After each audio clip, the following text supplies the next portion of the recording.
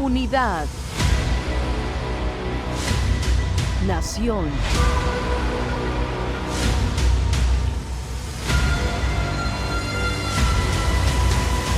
La transformación espiritual de Venezuela ya ha comenzado. Tomamos como base para aperturar este tiempo lo que se llama Mateo capítulo 11, versículo 12. Desde los tiempos de Juan el Bautista hasta ahora, el reino de los cielos sufre violencia y solo los violentos lo arrebatan. Nótese lo siguiente, mis amados, cuando empieza el mensaje del Evangelio, y esto para que entendamos el movimiento profético de hoy y que tiene que ver con lo que vamos a hablar. La iglesia nace, primero hablaba nuestro maestro ayer, de que el primer mensaje de metanoia era arrepentimiento, que era cambio de manera de pensar. Pero luego viene el mensaje de Jesús en Lucas justamente, que dice, arrepentidos y convertidos porque el reino de los cielos se ha acercado. Entonces, este nuevo tiempo, la primera venida del Señor Jesucristo, el mensaje principal era el reino. Y Jesús empezó a predicar el reino de Dios. También cuando se funda la iglesia, la funda con apóstoles, ¿ok? Él estableció apóstoles y más adelante dice la palabra en Romanos, 1 Corintios 12, que él estableció apóstoles, profetas, y primera de Efesios capítulo 4, 11 luego habla de los 5 ministerios. Es decir, que los demás ministerios ha sido un desarrollo de un fundamento establecido en Cristo, que fue el apostolado. Digo esto para entender el movimiento profético. Quiere decir que las señales proféticas en apertura, la primera venida de Jesús tuvo un epicentro, una forma de entrada, y la segunda venida tiene también una forma de entrada. Así como la primera venida, el mensaje fue el evangelio del reino, en la apertura de este nuevo tiempo, el tiempo final, es también el mensaje del reino. Así como empieza la iglesia con la restauración, la iglesia empieza con lo apostólico y profético, también Dios en este tiempo restaura lo apostólico y profético. De igual manera, también habla de que Juan el Bautista fue el que vino a preparar el camino del Señor. Voz que clama en el desierto, preparad el camino del Señor. Y estamos hablando de un ministerio de confrontación, de restauración y de restitución. Es Juan el Bautista. Entonces quiere decir, dice, haré volver el corazón de los padres a los hijos y el corazón de los hijos a los padres, para que los rebeldes vuelvan a la cordura y Dios haga de ellos un pueblo antes de su venida. Cuando Juan está preso, manda a preguntar con sus discípulos que si Jesús es él o hay alguien después de usted. Y él le dice, vayan y le cuentan a Juan que los ciegos ven, que los sordos oyen, que los mancos caminan, que los muertos resucitan. Y el evangelio del reino es predicado a los pobres. Mandó fue la evidencia de un reino. Pero empieza a hablar de Juan el Bautista y le dice, ¿qué viniste a ver? Un profeta. Y empieza a hablar del perfil de Juan el Bautista. Pero luego dice, porque él es el que dice la escritura que tenía que venir el profeta Elías, la unción Elías. Y dice, desde los tiempos antiguos, dice, habla que no ha habido hombre mayor que Juan el Bautista.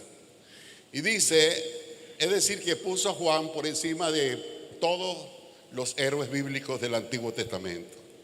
Y le dice, no hay hombre mayor, nacido de mujer, mayor que Juan el Bautista. Mas yo digo, que en el reino de Dios, cualquiera de ustedes es mayor que Juan el Bautista.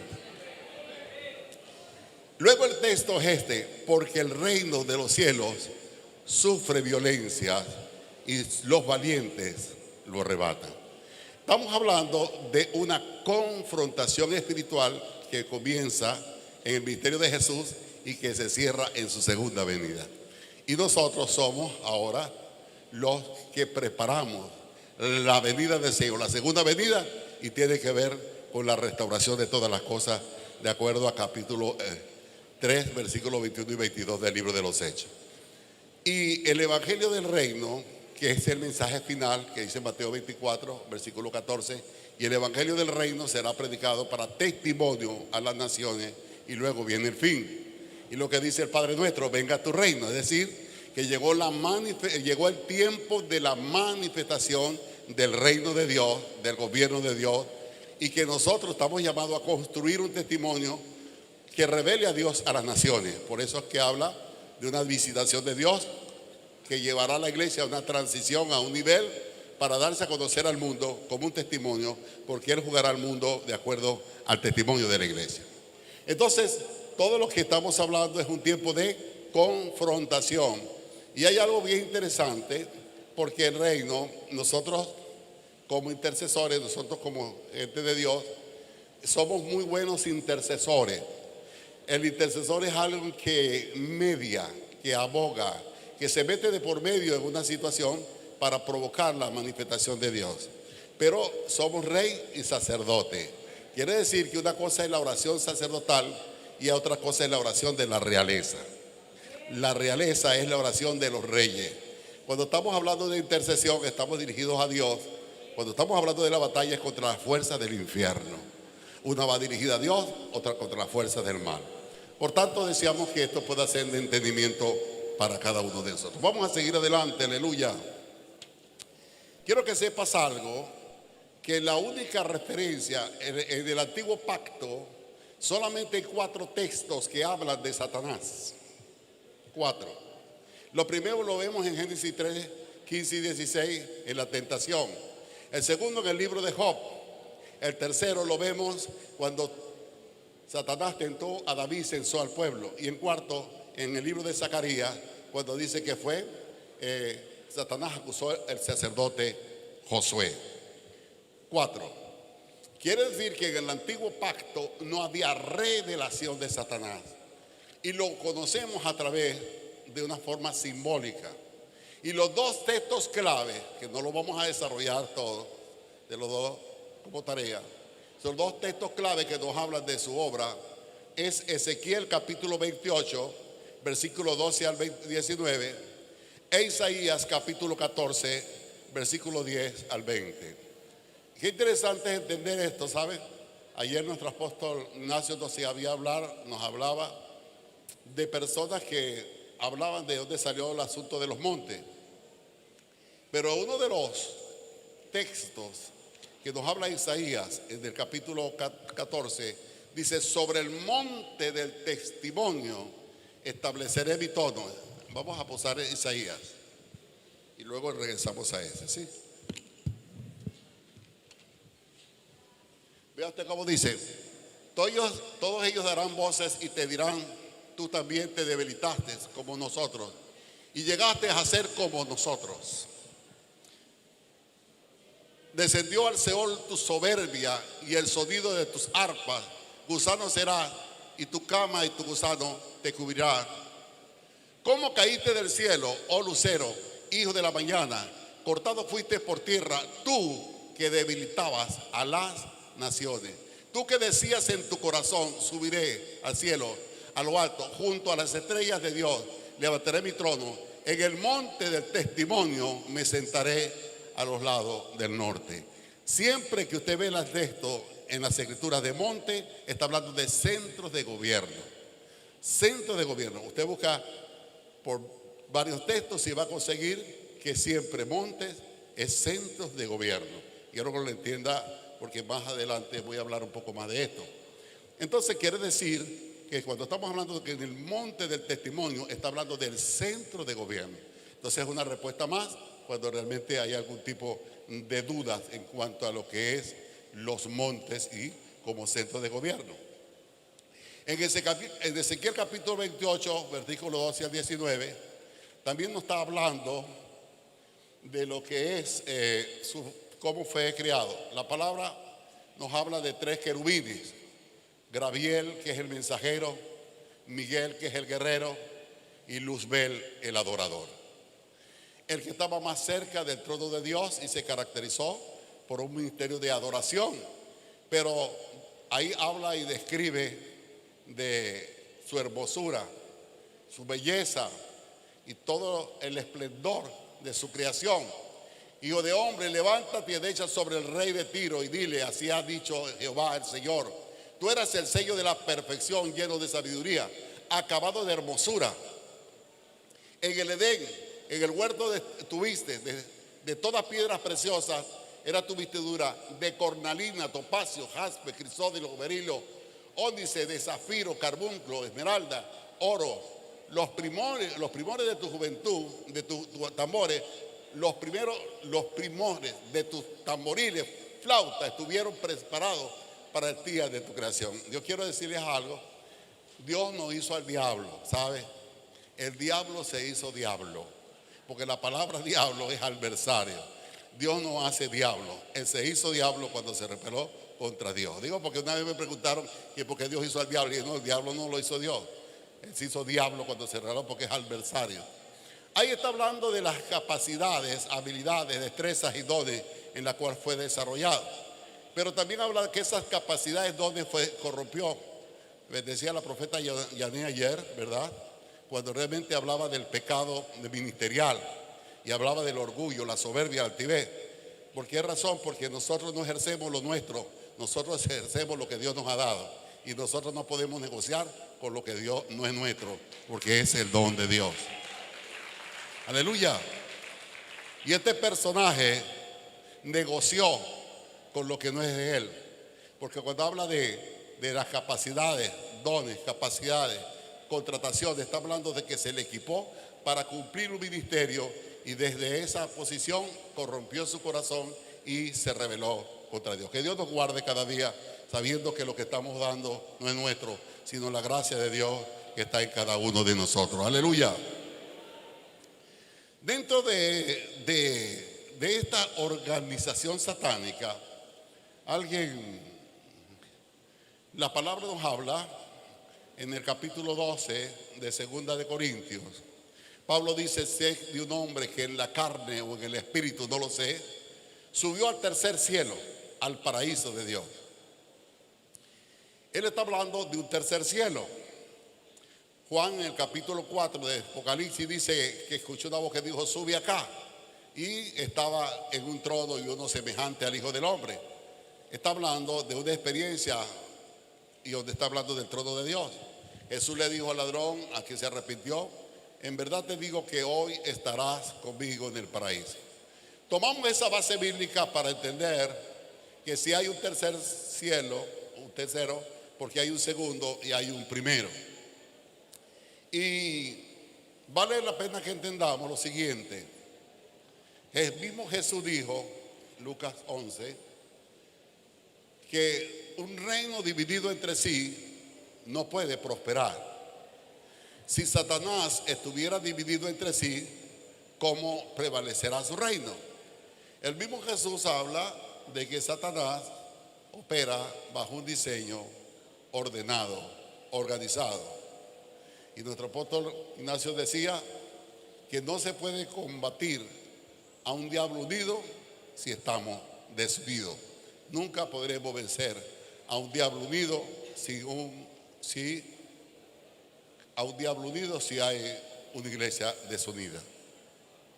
Dentro de vamos a hablar de esos tres niveles. Tres niveles, lo que es ese orden: tercer cielo, segundo cielo, primer cielo. Ok, ahí tenemos esa lámina. Tomando como base ese texto de Pablo y estos dos textos señalados, podemos hablar de que el cielo está compuesto de tres maneras. El tercer cielo es el trono de Dios. El segundo cielo, la esfera de los ángeles, o también llamada la esfera de los lugares celestes, esferas celestes. Y el primer cielo, esfera de las personas o de las cosas. La rebelión de Satanás fue en el segundo cielo. Eso es lo que dice Efesios 6:14.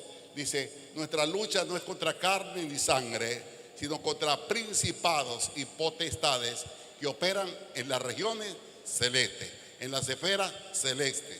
Y también un texto que citamos en esta mañana, de que Él dice su palabra, que nos colocó a nosotros en lugares celestiales contra todo principado y potestades en Cristo Jesús, Señor nuestro. Entonces estamos hablando de niveles de autoridad. Ya voy a ampliar un poco más de detalle, pero estamos hablando de que el conflicto espiritual es en el segundo cielo. las manifestaciones físicas son el reflejo del mundo espiritual, como así se ha estado recalcando sobre lo que es los 7 montes. Una manifestación de práctica religiosa que viene a revelarse en la conducta y el comportamiento de las personas, en la cultura de las personas, el resultado de lo que son las manifestaciones en las esferas celestes. Esto quiere decir que el gran conflicto es en el segundo cielo. He escuchado personas que hablan de estrategia de guerra y se dice que cuando van a tomar un lugar, lo primero que mandan es la aviación.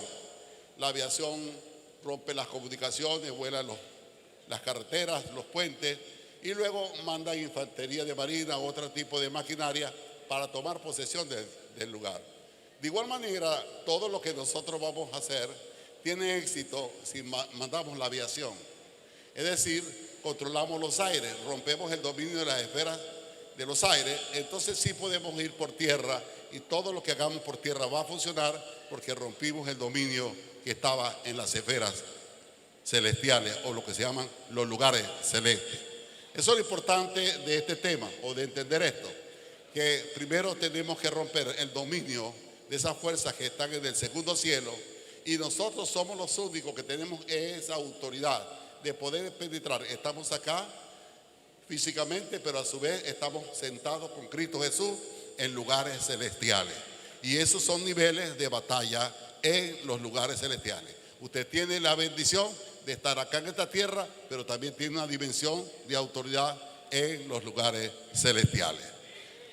Ahí tenemos otro cuadro. La tierra viene siendo el primer nivel, esfera de las personas y las cosas. Segundo cielo, la esfera de los ángeles. Y el tercer cielo, el trono de Dios, el centro de gobierno de Dios. Ok, ¿cuántos están acá? Entonces vamos a hablar un poco sobre cómo está organizado el maligno. Y vemos que dentro de su organización podemos entenderlo de esta manera. Los principados, ya hemos hablado de los principados que operan en las áreas, en las esferas y cómo se mueven y cómo se disfrazan. Y son las fuerzas demoníacas que utilizan medios, controlan zonas geográficas, diseñadores de estrategia, gobiernan naciones de una forma oculta. Esos son los principados. Seguimos. Potestades, fuerzas demoníacas, medios, dirigen los diseños, tienen cierto rango de jerarquía, son los lugartenientes de los principados.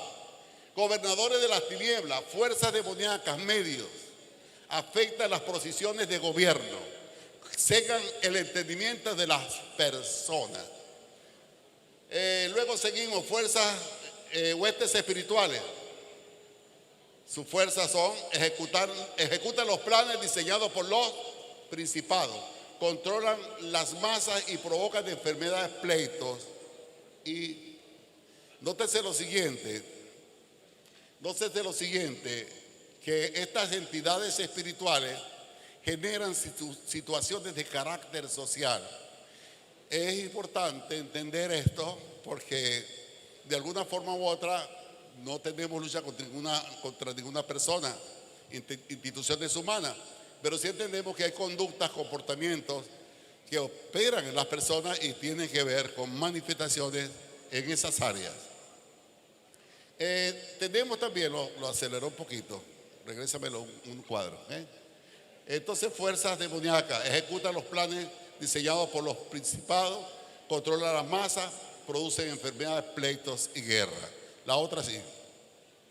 Y tenemos lo que tal vez más se conoce, que son los demonios, espíritus inmundos y malignos, que son fuerzas demoníacas, espíritus de menos rango, y se especializan, por supuesto, en poseer personas.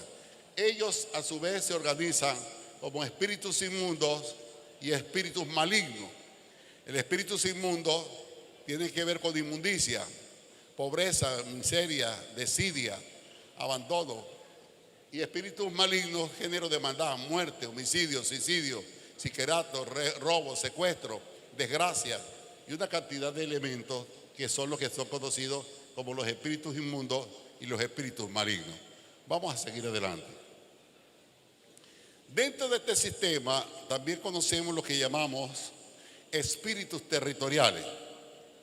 Los espíritus territoriales es porque, así como describimos su organización, conseguimos que él tiene entidades que gobiernan territorios.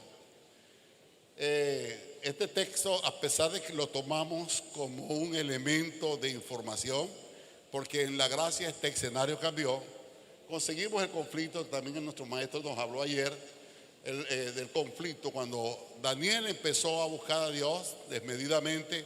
Su oración fue escuchada desde el principio, pero su oración desató un conflicto espiritual que llegó la respuesta a los 21 días, porque se levantó el príncipe de Persia, y luego en el versículo 20 dice que el príncipe de Grecia estaban en armonía con el sistema de gobierno de Persia y de Grecia, pero está identificando un espíritu territorial que dominaba y que era el que ejecutaba. Nótese lo siguiente, que en el capítulo 7 del libro de Daniel, los gobiernos se presentan como animales depredadores. Son animales depredadores, así lo señala el capítulo 7 del libro de Daniel, y por supuesto estamos hablando de conflictos que dominan un lugar que hoy le llamamos espíritus territoriales porque tienen dominio sobre un territorio en particular. También Daniel capítulo 10 también nos habla de lo mismo. Me dijo, Daniel capítulo 10 versículo 20, y me dijo: sube, porque he venido. ¿Sabe por qué he venido aquí? Pues ahora tengo que volver para pelear contra el príncipe de Persia y al terminar con el príncipe de Grecia. Las entidades espirituales hacen alianzas estratégicas. Cuando de alguna manera la resistencia se está quebrantando, el dominio, ellos buscan alianzas estratégicas para tratar de mantener su dominio.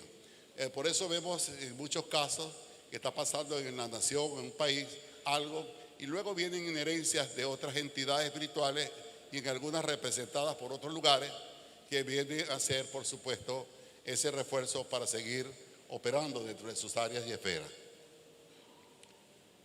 Nosotros, así como alguien va al médico y el médico le evalúa y hace un diagnóstico y se da cuenta de que está sufriendo para darle el tratamiento adecuado, nosotros tenemos que evaluar el enfermo, tenemos que evaluar lo que está pasando en el mundo espiritual, y tenemos tres formas de hacerlo. Tres.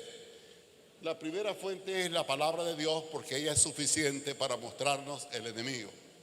Y la revelación de Satanás la trajo fue Jesucristo, porque en el antiguo pacto, como dije antes, no había esa comprensión, pero Jesucristo vino a correr el telón y a descubrir la obra de Satanás. Quiere decir que Satanás es una revelación de Jesús. Él dijo: Satanás vino a matar, vino a robar y vino a destruir, pero para eso apareció el Hijo del Hombre, para deshacer las obras del diablo. Alábalo, alábalo. El don de discernimiento de espíritu, que está dentro de los dones espirituales, que es la capacidad que el Espíritu Santo nos da para poder entender o discernir el mundo espiritual. Entonces no habrá cosa oculta que no sea revelada a sus siervos los profetas. Pero hay otra forma de evaluar, que es el diagnóstico, la evaluación. En los temas que se han estado desarrollando ha habido un diagnóstico donde identifica la entidad espiritual que opera y de qué manera opera. A través de su evaluación, la forma como opera en la familia, como opera en la economía, como opera en todos estos campos, es una evaluación que, si yo no tengo el nombre, tal vez no sea tan importante si yo conozco su operación. Entonces, en este sentido, conocemos el nombre, pero aún podemos discernir su forma de operaciones y podemos hacer una oración estratégica desintegrando, porque Satanás, donde pasa, deja huellas, y evaluamos su huella y sabemos que él pasó por ahí. Ahora vamos a hablar un poquitico de nuestra realidad venezolana. Nuestra tierra de gracia, Venezuela, ha sido entregada a patrones y a patronas. Venezuela fue entregada a Coromoto, la cual se calificó como la patrona de Venezuela. Pero luego conseguimos que cada estado también tiene un patrón y tiene una patrona. Entonces conseguimos que Lara tiene a la pastora, que el Zulia tiene a Chinita, que San Fernando tiene a San Fernando, que Táchira tiene San Cristóbal y a San Pascual, San Sebastián. Entonces vamos a conseguir que todos los estados de Venezuela han sido entregados a un patrón o a una patrona. Pero por si fuera poco, también conseguimos pueblos: Santa Lucía, Santa Teresa, San Francisco de Asís, San Juan de los Morros, ¿ok? Y esta parte es bien interesante entenderla, ¿ok? Un día estuvimos conversando, lo tomo como un testimonio, mis hermanos de Guárico, como un testimonio. Estábamos allá compartiendo con ellos y ellos estaban orando por San Juan. Le dije: Señor Padre, toca San Juan, obra por San Juan. Y hermano, ¿cómo ustedes están orando por San Juan? San Juan no se va a convertir a Cristo Jesús. Ustedes, al contrario, están potenciando un sistema de gobierno satánico que está operando en San Juan. ¿Cómo? ¿Y cuánto? Señor, te pido por Santa Lucía. Señor, obra por Santa Lucía. Padre, Señor, que se convierta a Santa Teresa. Y estamos orando, reafirmando una identidad espiritual, legitimando una autoridad espiritual que gobierna sobre ese lugar. Entonces yo tengo que saber cómo oro, ¿sí? ¿Por qué? Porque estoy legitimando algo que no es de Dios.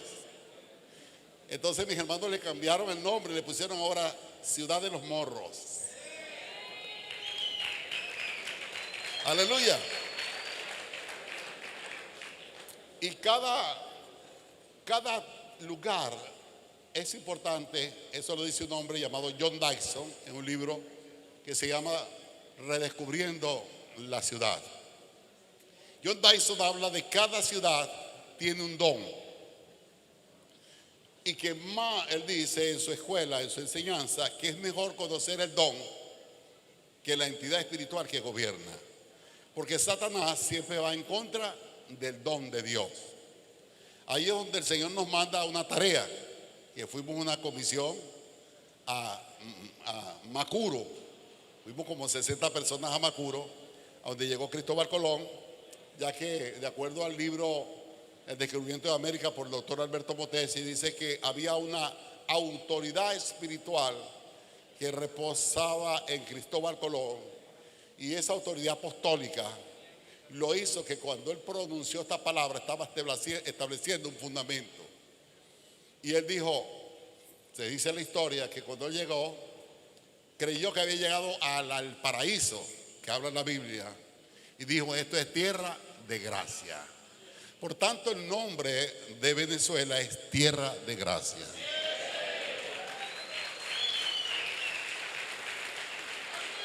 Y luego viene lo que es Venezuela por Américo Vespucio, pero el primer nombre gobierna el segundo. Ahora, ¿por qué el Señor nos manda a restaurar eso? Porque su bendición está en tierra de gracia, y en tierra de gracia están todos los dones que Dios ha depositado en esta ciudad, en esta tierra. Está en tierra de gracia, porque todo lo que en Venezuela hay, esa riqueza, es la gracia de Dios. Aleluya. También conseguimos barrios. Conseguimos entonces al país, los estados, los pueblos, ciudades, barrios entregados a patrones y a patronas. ¿Y qué es un patrón? ¿Qué es una patrona? Alguien que ejerce gobierno y dominio sobre ese lugar. Y hay fiestas patronales. Y las fiestas patronales son ceremonias para fortalecer las entidades espirituales que dominan ese territorio. Nosotros no podemos pasar folclóricamente hablando, esa es parte del folclore. No, dentro de cada fiesta patronal hay una práctica diabólica que fundamenta o fortalece los demonios sobre ese lugar. Mire cómo dice Corintios: antes digo que los que que los gentiles sacrifican, a los demonios los sacrifican y no a Dios. Y no quiero que vosotros os hagáis partícipes con los demonios. Las denominadas fiestas taurinas. Las fiestas taurinas son al dios Tauro, fiestas. Por eso en las fiestas patronales hay sacrificios de animales. Y mueren muchas personas porque ellos se alimentan de esos sacrificios. Entonces, nosotros como iglesia sabemos que tenemos que romper y destruir toda clase de conexión espiritual que ejerce dominio sobre ese lugar. La antesala de carnaval, carne a Baal, los sacrificios a Baal, ahí vemos toda esta componenda para de alguna manera ellos seguir fortaleciendo esas identidades. Nuestros hermanos nos hablaban esta mañana de celebraciones que nosotros podamos hacer, de agendas que podamos hacer. ¿Por qué razón? De alguna manera a través de nuestras experiencias podemos revocar marchas, tomas, actos proféticos. Estamos revocando toda esta cantidad de cosas y estamos trayendo una iluminación, una cultura del reino sobre la faz de la tierra. ¡Aleluya! Seguimos adelante. Nosotros también tenemos una experiencia que se llama el sincretismo religioso en Venezuela.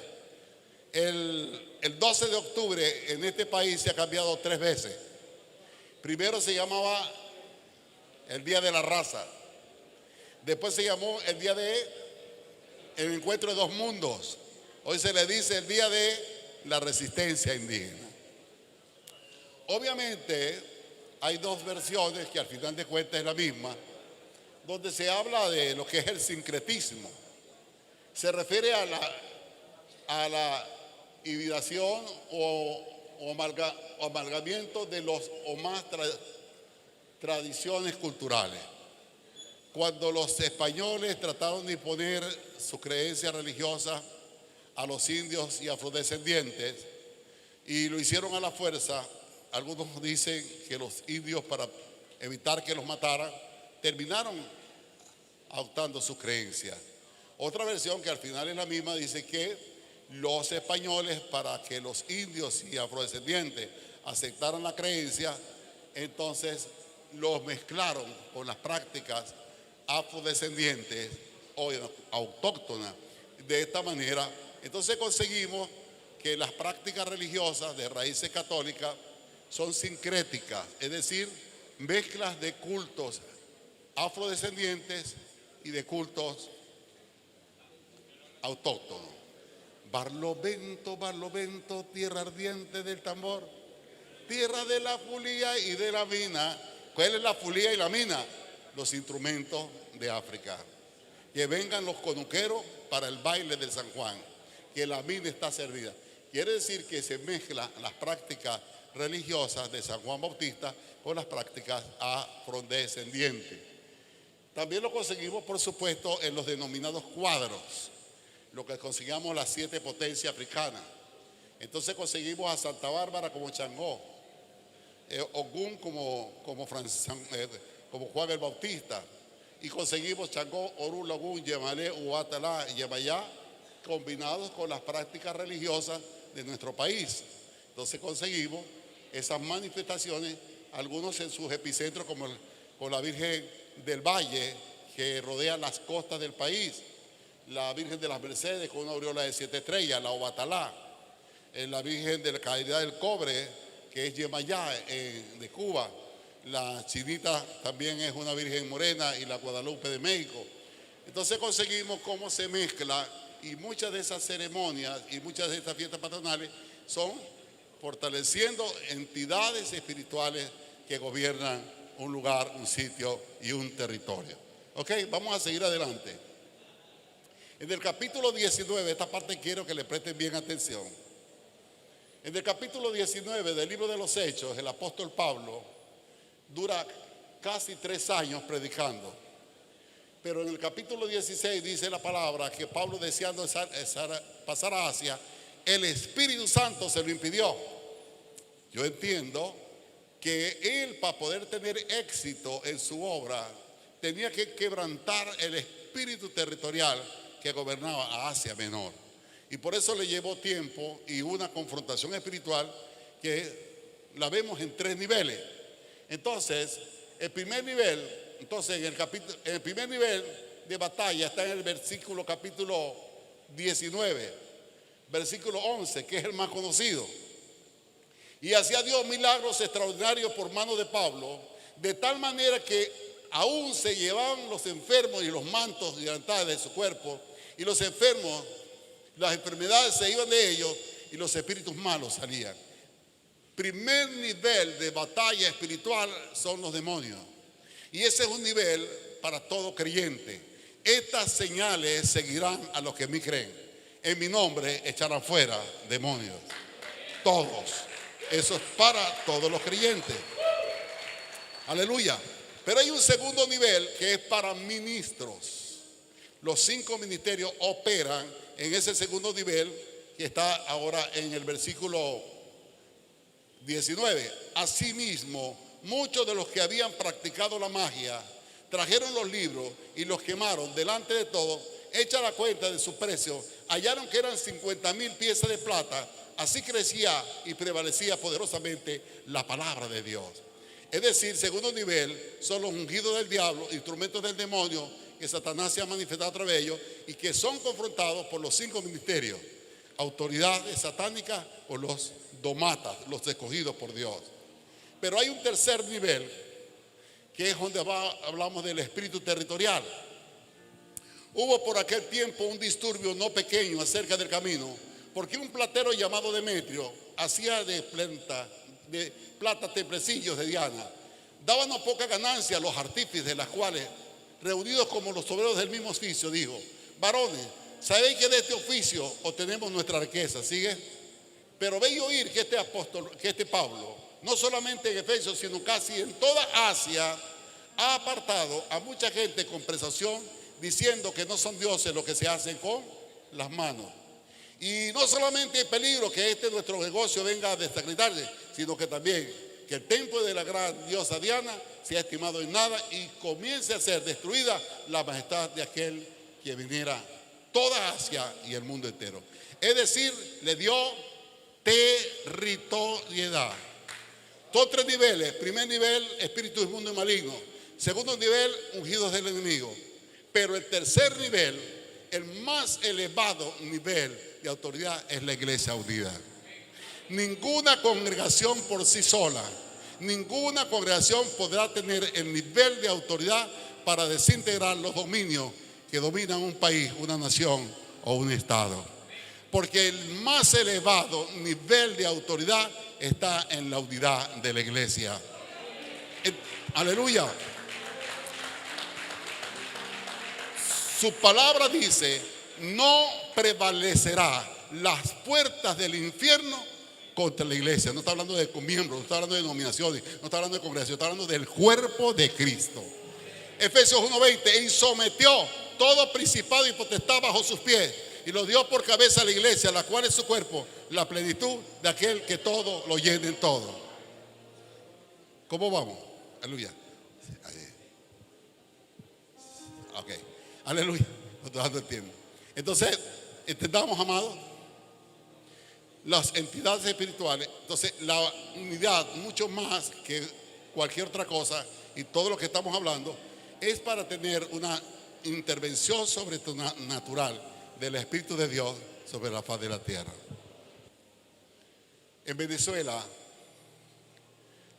cuando estamos hablando de la experiencia de Efesios, de Diana de los Efesios, que era la que reinaba en aquel lugar, una matriarca, esa creencia, esa religiosidad, en el año 430 fue establecida como en ese mismo lugar, en el concilio de Éfeso, María como la trícotome. Y María como la trícotome tiene que hablar de que fue donde nace la doctrina de María, la Madre de Dios. Pero cuando hubo acá en Venezuela lo que se llamó el paro petrolero, Napoleón Bravo, en su programa No Ocultaremos Nada, dijo en televisión que el único país que tenía el privilegio de tener más de 250 vírgenes era Venezuela. Es decir, que el conflicto de Venezuela es el mismo conflicto de Éfeso, porque entonces Diana de los Efesios se cambió de ropa. Ahora no es Diana de los Efesios, pero sí se da a conocer a través de la creencia de María. Y hay algo más que quiero que también discernamos, lo que es el espíritu de hechicería sobre el país. La fuente de información del espíritu de hechicería dice: había un hombre llamado Simón que antes ejercía la magia. Nótese que está resaltado lo que representa la operación del espíritu de hechicería en aquella ciudad. Y había engañado la hechicería, engañado a la gente de Samaria, haciéndose pasar por algún grande. A estos oían atentamente todos, desde el más pequeño hasta el más grande, diciendo: este es el gran poder de Dios. Y le estaban atentos porque sus artes mágicas le habían engañado por mucho tiempo. Mire cómo opera, ya va, no lo adelante.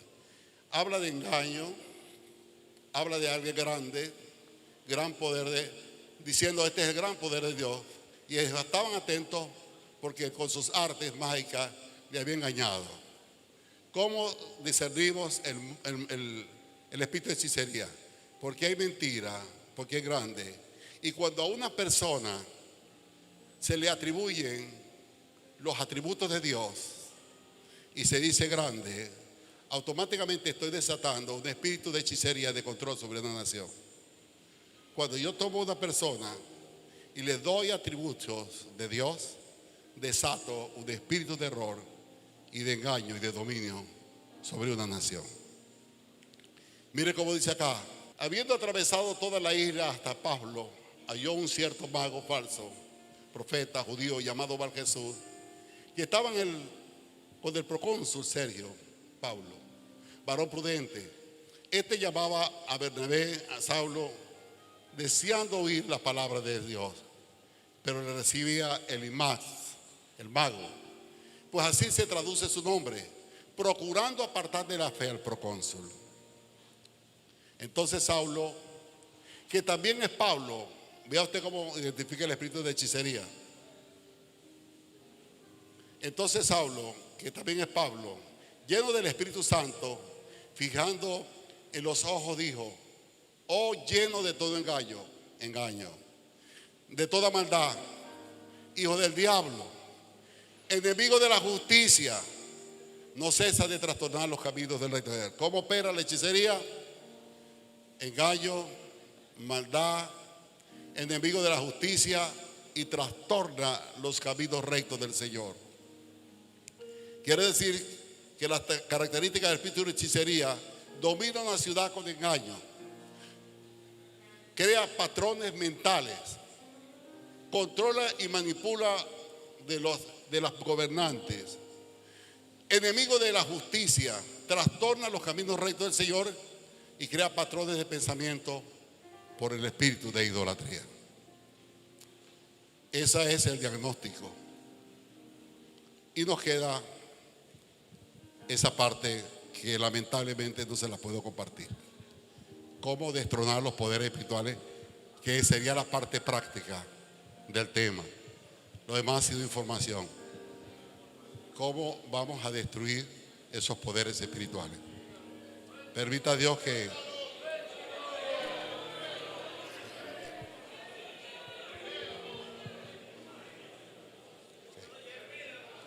bueno.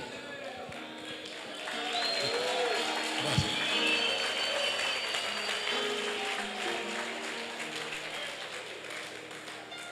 Vamos a dar la lámina entonces. Oye, bien. Ayer la profeta Yané hablaba de la puerta de toda autoridad en la humillación, porque Satanás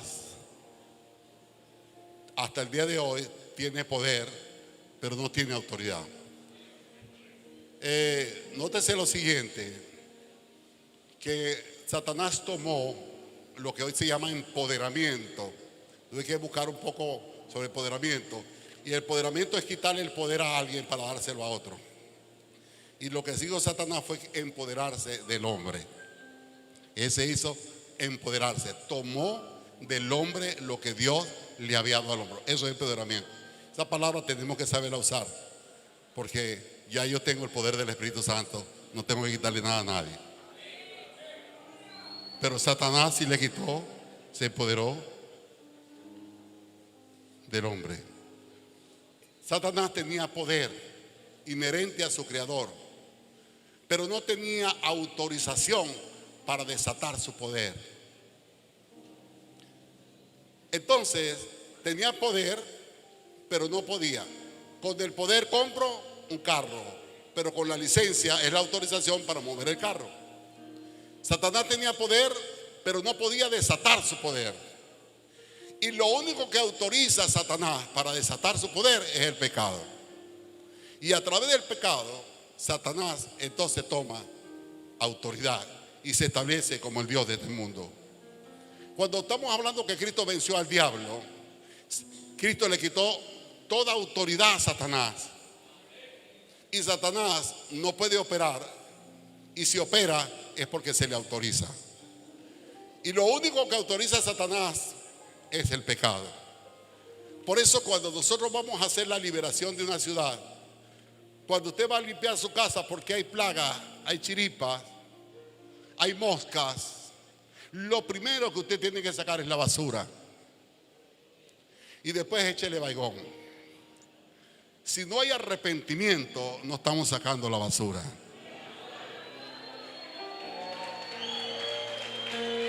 Aleluya. Porque lo único que rompe los derechos legales de Satanás es el arrepentimiento. Si se humillare mi pueblo y orare y a mí clamare y se apartare sus malos caminos, yo vendré, perdonaré sus pecados y sanaré la tierra. Porque el Dios del cielo imputa el pecado de una nación, el pecado de una ciudad, el pecado a la iglesia.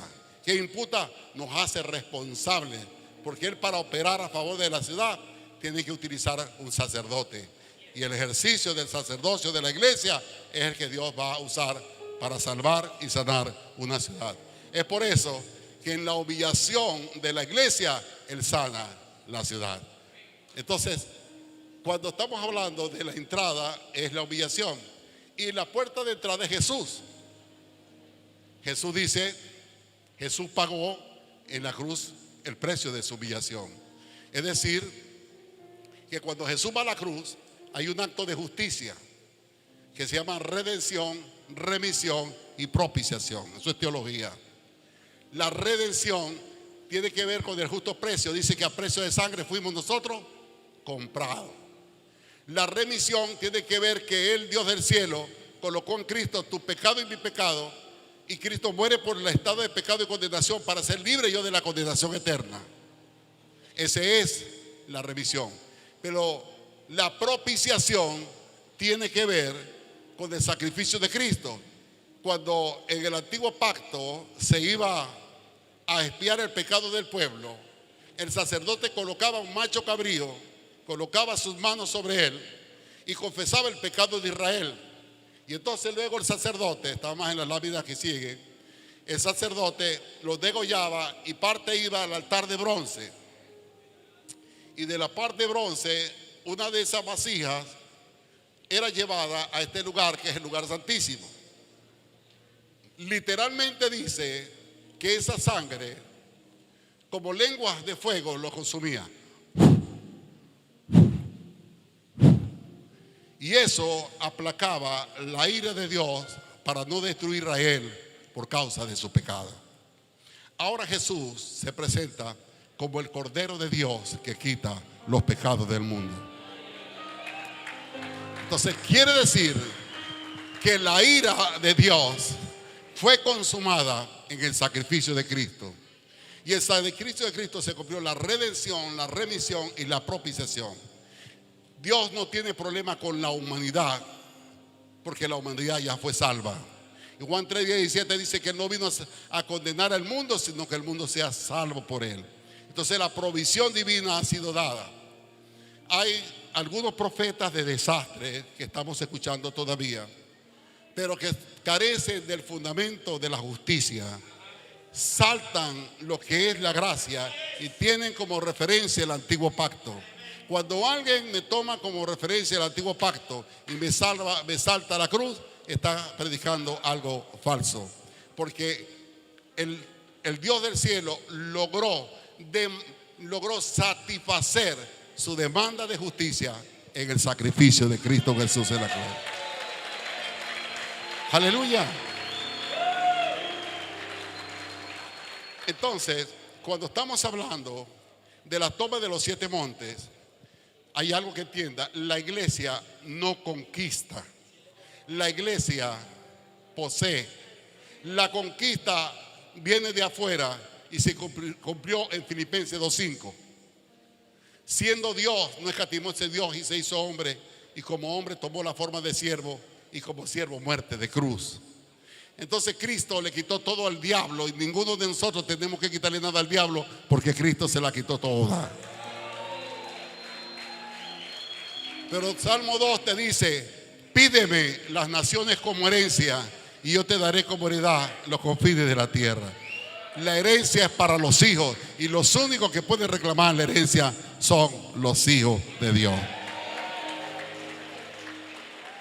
Entonces, aquí en Venezuela hubo un vacío de poder. ¿Qué es vacío de poder?